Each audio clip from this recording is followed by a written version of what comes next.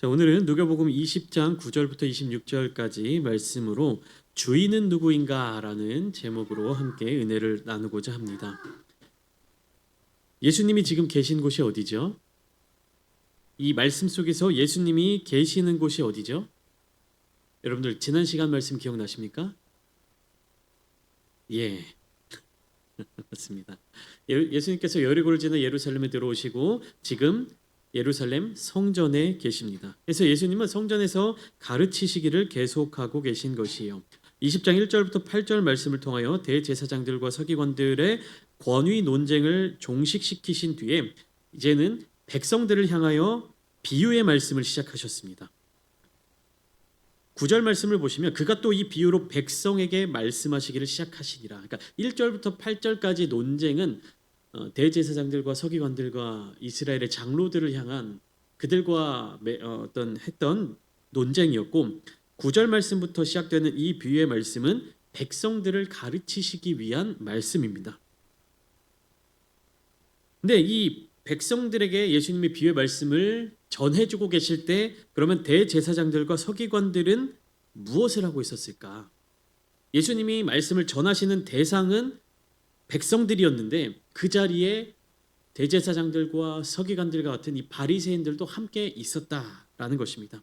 그들은 예수님께서 말씀하시는 그 자리에서 예수님의 말씀을 듣지 않는 채 주님의 권위를 떨어뜨리고자 논의하고 있었으며 예수님이 그 가르치시는 사역을 하지 못하게끔 방해하려는 계략을 짜고 있었습니다. 궁극적으로는 어떻게 됩니까? 예수님을 십자가에 못 박도록 만드는 그 존재들이 바로 대제사장들과 서기관들이었습니다. 9절에서 나타난 것처럼 예수님께서 가르치시는 대상은요 항상 제자들과 백성들로 나타나고 있습니다. 예수님이 가르치시는 대상은요 바리새인과 서기관들과 같은 사람들을 대상으로 하고 있지 않습니다. 왜 그렇습니까? 그 사람들은 예수님께 배우려고 하지 않기 때문이며 예수님의 말씀을 듣고자 하지 않았기 때문입니다. 그렇기 때문에 예수님은요 바리새인들을 향하여서는 논쟁을 계속하시고요 백성들을 향하여서는 가르치시는 사역을 행하셨던 것입니다. 근데 이 가르치는 사역이 중요한 것이 무엇이냐면 가르치시는 사역을 통하여서 예수님의 이 가르치시는 사역과 함께 회복이 일어나기 때문에 중요하다라는 것입니다. 예수님의 말씀을 듣고 그 가르치심에 부응하려는 자, 예수님께 다가가 그 배우려는 자, 예수님 말씀을 듣고자 하는 자, 예수님의 능력 행하심을 믿고 따르는 자들에게 회복의 은혜가 주어진다는 것입니다. 그러나 예수님의 말씀을 듣고자 하지 않는 자들에게는 주님의 그 은혜가 임하지 않는다는 것이 그 자리에 함께 있었습니다. 예수님께서 가르치시는 그 자리에 대제사장들과 서기관들 그리고 백성들, 제자들 다 한 자리에 있었어요. 그러나 어떻습니까?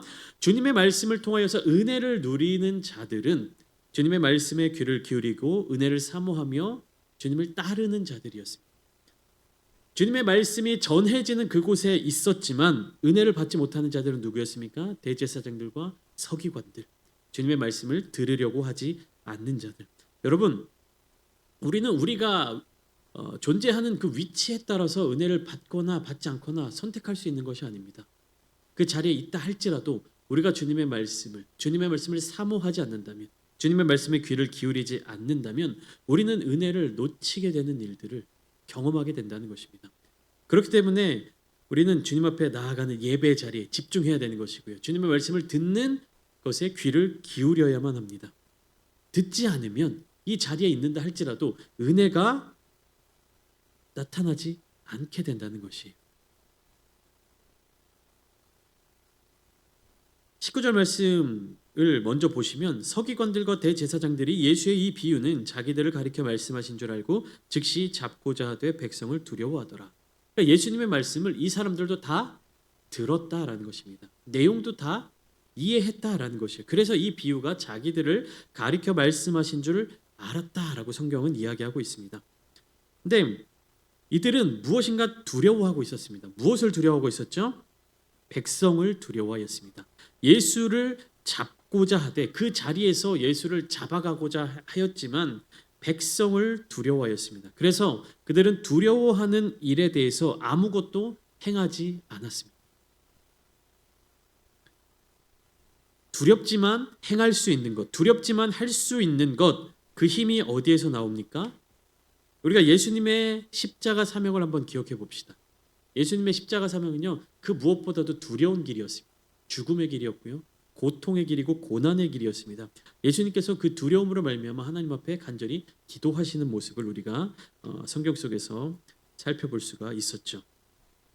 그러나 예수님은요, 두려워하는 부분에 대해서 그 일을 끝까지 해내셨습니다. 그 힘이 어디에서 나왔습니까? 하나님께서 주신 사명이기에 감당할 수 있었던 것입니다. 그렇게 예수님은 십자가를 지실 수 있었습니다. 지금 바리새인들이 두려워하는 것은요, 올바른 두려움이 아니에요. 그러나 그 올바른 두려움이 아닐 뿐더러 그들은 그 두려움이 하나님의 뜻에서부터 나타나는 일로 말미암은 것이 아니었기 때문에 그 두려워하는 일에 대하여서 아무것도 행할 수가 없었던 것입니다. 우리의 삶의 자리 가운데 우리를 두렵게 만드는 것들이 많이 있죠. 그러나 그 두려움을 극복하고 두려움을 이겨내고 우리가 그 일을 성취하고 해낼 수 있는 이유, 그 힘이 어디에서 나오는 겁니까? 우리가 행하는 것들, 우리가 하려는 것들, 그것이 하나님의 뜻, 하나님께서 주신 사명인가? 우리는 날마다 기도를 통하여서 그 사명을 재확인할 수 있어야 하는 것입니다. 예수님의 비유의 말씀은 이렇게 이어지고 있습니다. 한 사람이 포도원을 만들어 농부들에게 새로 주고 타국에 가서 오래 있다가 때가 이름에 포도원 소출 얼마를 바치게 하려고 한 종을 농부들에게 보내었다. 주인은 때가 이름에 포도원 소출 얼마를 바치게 하려고 한 종을 보냈습니다. 어떤 때가 이르렀습니까? 포도 열매를 수확할 때가 이르른 겁니다. 그 때가 이르렀기 때문에 주인은 농부들에게 포도원 소출 중 얼마를 요구했습니다. 농부들이 농사를 지은 모든 것들을 다 내놓아라, 다 가져가겠다 이렇게 이야기한 것이 아니라 그들이 수고한 값을 제하고 소출 중에 얼마를 요구했습니다. 이것은 정당한 요구였고 농부들은 당연히 이 요구에 응해야만 했습니다.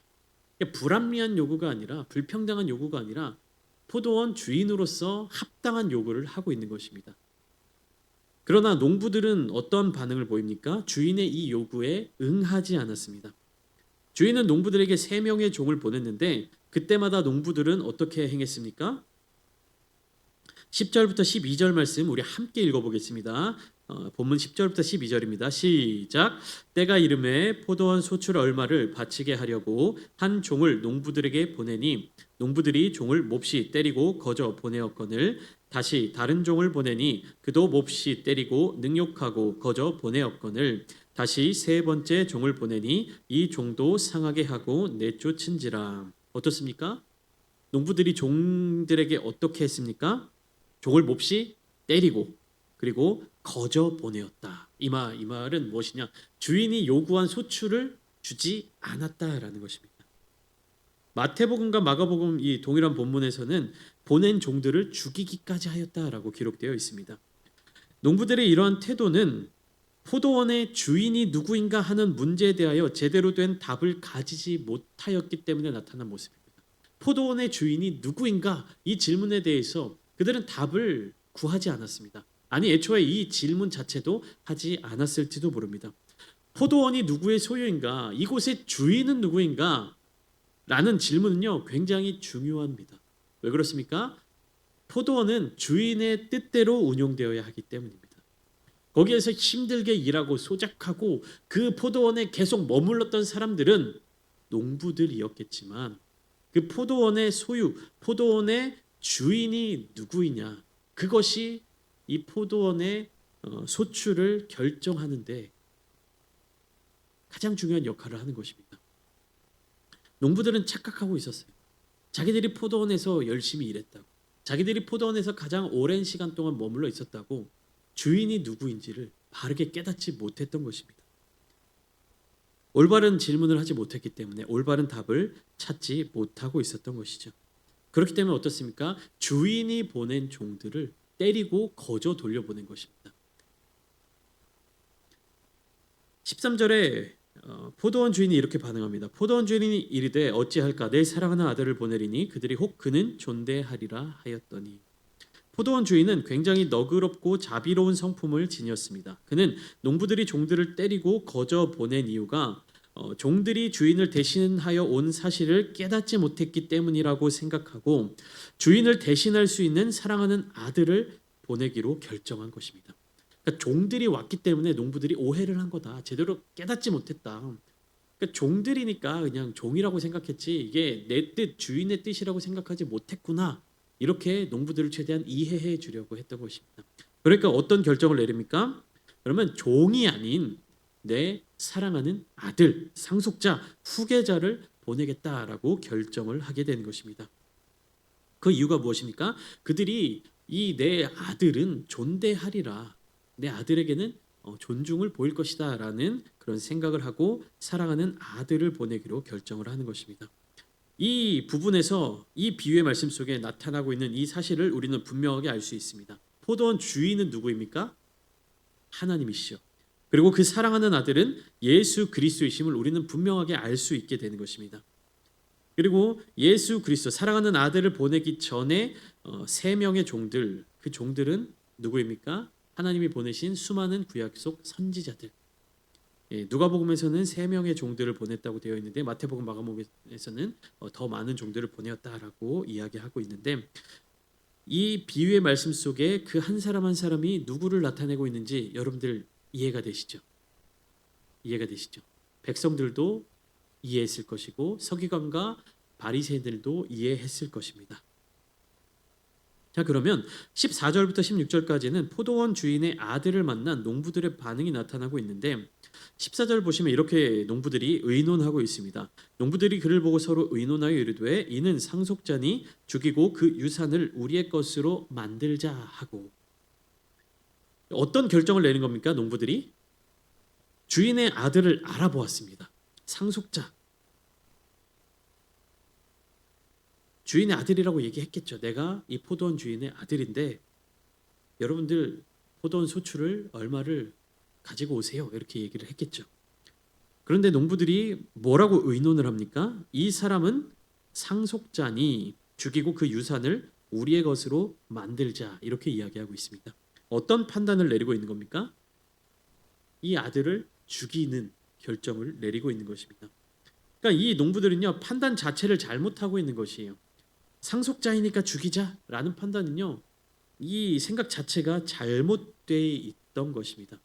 상속자니까 죽이자, 죽여서 없애면 이 유산이 우리에게 돌아올 것이다 라는 잘못된 판단을 내린 것입니다. 오히려 어떻습니까? 상속자이니까 죽이면 안 되었던 것이에요. 이 상속자에게 포도원이 잘 상속될 때까지 농부들은 여기에서 성실하게 일함으로 말미암아 어쩌면 자기의 직장을, 자기의 어떤 수입을 계속 유지할 수 있어야만 했던 것입니다. 그러나 그들은 자신들의 판단대로, 이 잘못된 판단대로 주인의 아들을 포도원 밖에 내쫓아 죽였습니다. 한 주석에서는 농부들의 심리 상태에 대해서 이렇게 설명하고 있는데요. 농부들은 주인의 부재를 영속적인 상태라고 생각한다. 그러므로 그들이 아들을 죽인 후에 포도원을 자신들이 가질 수 있다고 생각하였다. 농부들은 주인의 부재를 영속적인 상태라고 생각했다. 영속적인 상태는 뭐냐면 영원히 지속되는 상태를 이야기합니다. 포도원 주인이 지금 어디에 있습니까? 먼 타국에 있습니다. 자기들 곁에 없죠. 포도원 가까운 곳에 주인이 없습니다. 그러니까 이 농부들이 생각하는 것은 무엇입니까? 자기들 눈에 보이지 않는다고 포도원 주인이 존재하지 않는다라고 생각하는 겁니다. 돌아오지 않을 것이다. 지금 우리가 겪고 있는 이 상황이 계속 이어질 것이다. 이렇게 생각하고 있다는 거예요. 여러분 자녀들을 키워보신 분들은 아시겠지만 이런 생각은 누가 갖는 겁니까? 굉장히 어린 아이들이 갖는 거죠. 굉장히 어린 아이들. 눈앞에서 엄마가 없어지면 어떻습니까? 엄마가 완전히 사라져버린 것처럼 생각하잖아요. 아기가 방에 누워있고 엄마가 잠깐 문 밖에 주방으로 가가지고 물을 마시러 갔습니다. 혹은 뭐 분유를 타러 갔습니다. 근데 아기 눈에 엄마가 보이지 않으면 엄마가 사라진 것으로 생각하죠. 그러니까 어떤 지적 능력, 어떤 수준, 연령 이런 것들이 굉장히 낮은 그런 아이들이 보이는 반응입니다. 내 눈앞에서 보이지 않으면 없어진 것으로 생각하는 것, 존재하지 않는 것으로 생각하는 것. 농부들이 딱 지금 그런 상황인 것이에요. 물론 이것은 비유의 말씀이기 때문에 그들의 영적인 수준을 예수님께서는 그렇게 판단을 보여주고 계시는 것입니다. 그리고 또 이렇게 생각할 수 있습니다. 농부들은 주인이 이미 죽었다라고 생각했을 수도 있어요. 주인이 죽었고 이 아들이 그 주인의 재산을 상속받아 왔기 때문에 이 아들을 죽이면 이 주인의 모든 재산은 우리가 취할 수 있을 것이다라고 생각했을지도 모릅니다. 그러나 그것은 농부들의 판단이었고 실제는 어떻게 됩니까? 주인이 돌아올 때 농부들을 진멸하고 포도원은 다른 사람들에게 주게 되는 결말을 맞이하게 되는 것이죠.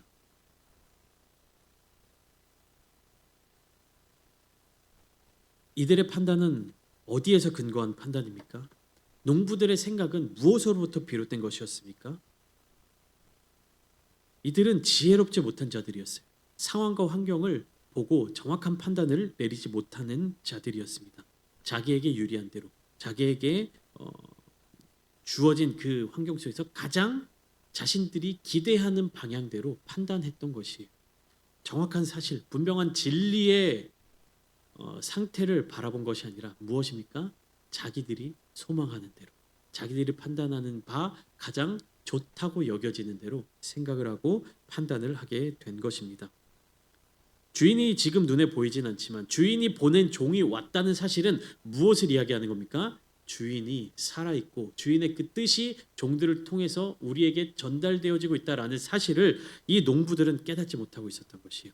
주인의 아들이 왔을 때 주인의 뜻이 더 강하게 우리에게 다가왔구나라는 사실을 깨닫지 못하게 된 것입니다. 이것은 결국 무엇으로 연결됩니까? 자신들의 눈앞에 놓여져 있는 심판까지도 깨닫지 못한다는 것이.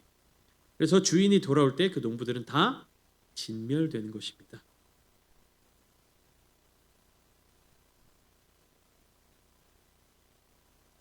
이 예수님의 비유의 말씀을 대제사장들과 서기관들, 이 바리새인들이 듣고 어떤 마음이 들었을까요?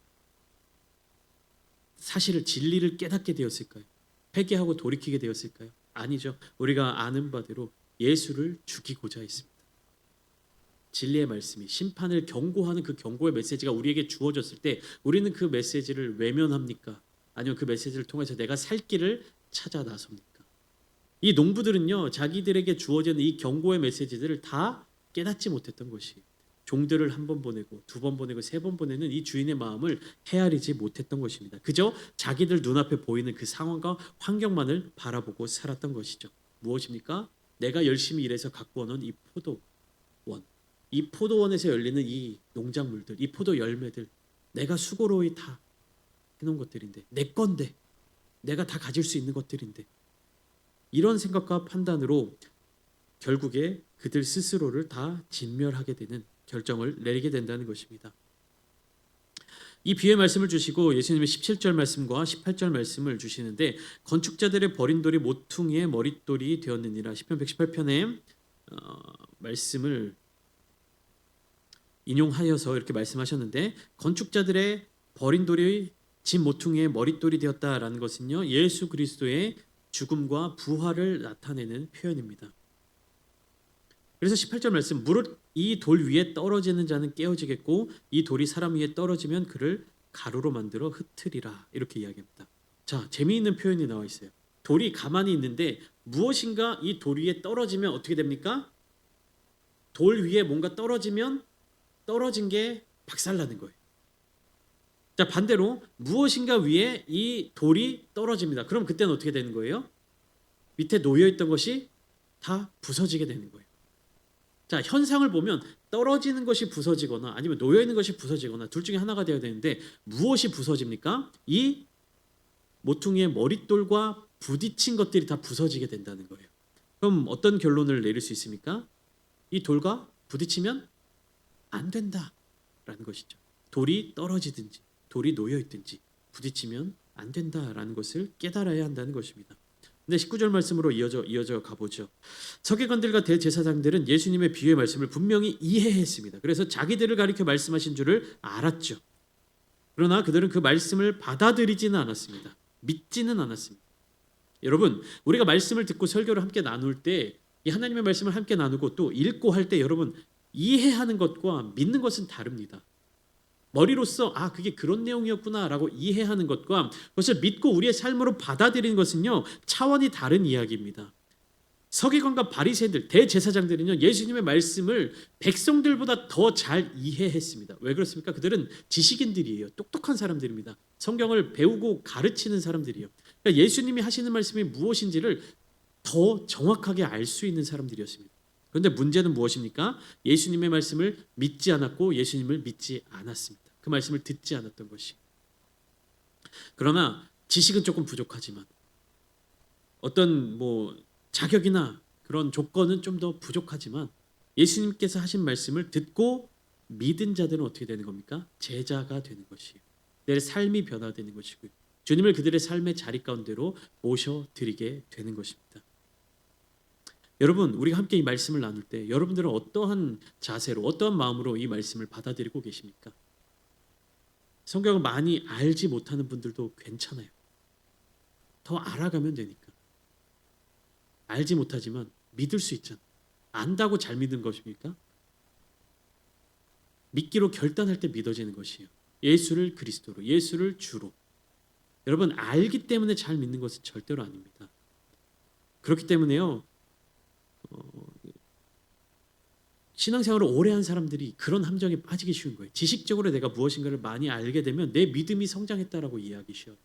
성경을 많이 암송하고 성경의 내용들을 많이 알고 있고 또 주석을 보면서 책들을 보면서 내가 많이 그런 것들을 이해한다고 내 신앙이 좋고 내 신앙의 믿음의 깊이가 깊은 것이 아닙니다. 여러분, 믿음은 결단에서부터 시작되는 것이. 지식과 이해로서 믿음을 성장시킬 수 없습니다. 보세요. 서기관들과 대제사장들, 성경을 가르치는 사람들이었습니다.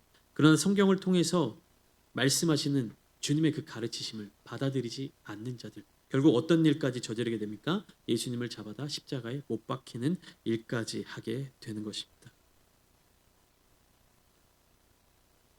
그래서 그러나 그들은 예수를 잡고자 하였지만 백성들이 두려워 직접 예수를 잡지는 못하고 로마의 반역자로 만들어 로마 제국에 체포되도록 할 계획을 세웁니다. 그 계획이 20절부터 26절까지 이어지고 있는데 20절을 보면 정탐들을 보냅니다. 이에 그들이 엿보다가 예수를 총독의 다스림과 권세 아래에 넘기려 하여 정탐들을 보내요. 무엇을 합니까? 예수의 말을 책잡게 하니. 이 서기관과 바리새인들은 여전히 직접 나서서 예수님께 대항하지 못하며 예수님을 책잡기 위하여 정탐들을 보내었습니다. 이 정탐들은 스스로 의인인 채 하는 사람들이었는데 이 스스로 의인인 채 하다라는 말의 뜻은 율법에 충성하는 또는 율법에 열정적인 사람이라는 의미를 가지고 있습니다. 예수님 시대 당시에 열심당원, 셀롯인, 헬롯, 열심당원. 그러니까 이 사람들은 어떤 정도였냐면 이 유대교의 정체성을 지켜내기 위해서 로마의 문화를 받아들이지 않는, 로마를 대적하는 이러한 수준의 사람들이었어요. 그래서 이 사람들이 어떤 질문을 하고 있냐면 22절과 같은 질문을 하고 있습니다. 우리가 가이사에게 세를 바치는 것이 옳으니까 옳지 않으니까. 가이사는 누구냐면 로마의 황제입니다. 로마의 황제를 카이사르라고 얘기하는데 가이사에게 세를 바치는 것이 옳으니까 옳지 않으니까. 이것은 두 가지의 정체성 중에서 한 가지를 선택하도록 만드는 질문입니다. 가이사에게 세를 바치는 것이 옳다라고 선택하면 무엇을 의미하는 것이냐면 내가 로마 제국에 속한 사람이다라는 것을 고백하는 것과 같습니다. 가이사에게 세를 바치지 않는 것이 옳다라고 이야기하면 무엇을 뜻하는 겁니까? 로마 제국의 황제에게 반역을 일으킨 것을 뜻합니다. 그러니까 율법을 따르는 유대인으로서의 정체성과 로마 제국의 식민지를 살아가는 자로서의 정체성, 이 두 가지 중에 한 가지를 선택하도록 만들고 있는 것이에요. 하나를 선택하면 다른 하나를 포기하게 됨으로 말미암아 반드시 공격을 받게 되는 것이에요. 가이사에게 세를 바치는 것이 옳다라고 이야기하면 당신이 유대인으로서, 유대인의 랍비로서, 유대인 선생으로서 어떻게 로마 제국의 그런 황제를 인정하느냐라는 공격을 받게 될 것이고, 가이사에게 세를 바치는 것이 옳지 않다라고 이야기하면 로마 제국의 사람들에게 너 반란이야라고 공격을 받게 될 것입니다. 그러니까 두 가지 중에 한 가지를, 어느 것 하나를 선택하더라도 굉장히 곤란한 상황에 처해지게 되는 것이죠. 중요한 사실은 23절입니다. 예수님이 어떻습니까? 어떻게 반응하십니까? 예수께서 그 관계를 아시고 이르시되. 예수님은 이들의 관계를 알고 있었습니다. 이들이 정말로 궁금해서 질문한 것이 아니라 예수님을 함정에 빠뜨리기 위해서 질문하고 있다는 사실을 알고 계셨던 것입니다. 이미 속임수를 파악하고 계셨죠. 그래서 예수님의 대답이 무엇입니까? 24절 다시 그들에게 질문을 하시죠. 데나리온 하나를 내게 보이라. 데나리온은 그때 당시에 쓰였던 동전입니다. 은화. 데나리온 하나를 내게 보여달라. 그러니까 그들 중에 질문했던 사람들 중에 누군가 한 사람이 데나리온을 꺼내서 예수님에게 보여주었겠죠. 그리고 또 질문하십니다. 누구의 형상과 글이 여기 있느냐? 당시 데나리온은 앞면에는 로마 황제의 초상화가 그려져 있었고 뒷면에는 로마 황제의 메시지가 적혀 있었습니다. 여기에 누구의 형상과 글이 있느냐라고 예수님이 질문하니까 그 사람들이 대답하되 가이사의 것이니이다. 가이사의 얼굴과 가이사의 말이 적혀 있습니다. 이렇게 대답을 한 것이죠. 이때 예수님이 25절과 같이 말씀하십니다. 그런즉 가이사의 것은 가이사에게 하나님의 것은 하나님께 바치라. 가이사의 것은 가이사에게 하나님의 것은 하나님께 바쳐라. 여러분 가이사의 것이 무엇입니까? 가이사의 것. 이 데나리온이라고 하는 은화는요. 유대인들도 다 익숙하게 사용하고 있던 동전이었습니다. 우리가 그 농부들 아침에 일하는 포도원 농부 주인의 비유에서도 보면 아침 6시부터 나와서 일하는 사람 저녁 5시에 와서 일하는 사람 그래서 모두에게 한 데나리온을 주었다. 그러니까 하루 일당이 한 데나리온이다. 우리가 성경 속에서 익숙하게 잘 알고 있죠. 그러니까 유대인들도 이 데나리온은 굉장히 잘 사용하고 있었던 그런 동전이었던 것이에요. 그러니까 그들은 자기의 먹을 음식을 사기 위해 이 가이사의 얼굴을 계속해서 사용해 왔던 것입니다. 그리고 이들이 말하는 그 가이사에게 세를 바친다라는 것은요, 인두세라고 해서 그냥 세금입니다. 인구 조사를 하면서 그 인구에 맞게 성인은 얼마 뭐 이런 식으로 해서 인구마다 내는 그런 세금이었던 것이에요. 그런데 가이사의 것은 가이사에게 하나님의 것은 하나님께 바치라. 그들의 삶의 자리 가운데 이미 많이 쓰고 주고 받고 하던 이 동전을 이제는 그 동전이 하나님께 속한 것인지 가이사에게 속한 것인지에 대한 결정권을 누구에게 준 겁니까? 그 은화를 가지고 있는 사람들, 그 은화를 사용하는 사람들. 그래서 결국 하나님의 살아계심을 날마다 인지하며 살아가고 있는가? 내가 이 데나리온 하나를 가지고 있을 때 이 데나리온이 결국 누구에게 속해 있는가를 고백하는 것. 내가 이것을 열심히 포도원에 가서 일을 해서 내가 벌어왔어. 근데 이 데나리온이 누구에게 속해 있다라고 고백할 수 있느냐.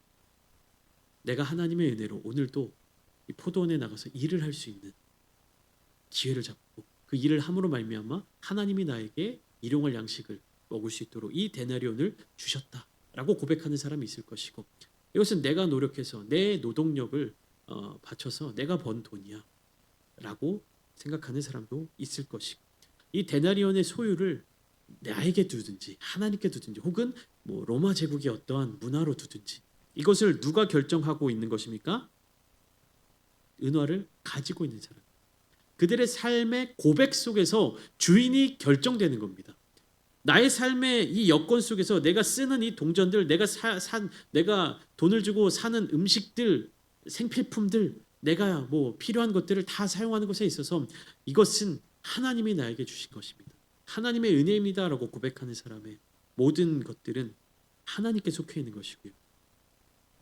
이것이 나의 노력으로 이 사회의 어떤 하나의 구성품으로서 존재한다라고 생각하는 사람은, 그렇게 믿는 사람은 그 데나리온 하나가 가이사에게 속해 있는 것입니다. 여러분, 우리의 삶의 주인은 누구입니까? 여러분들의 삶을 주관하는 그 존재는 누구입니까?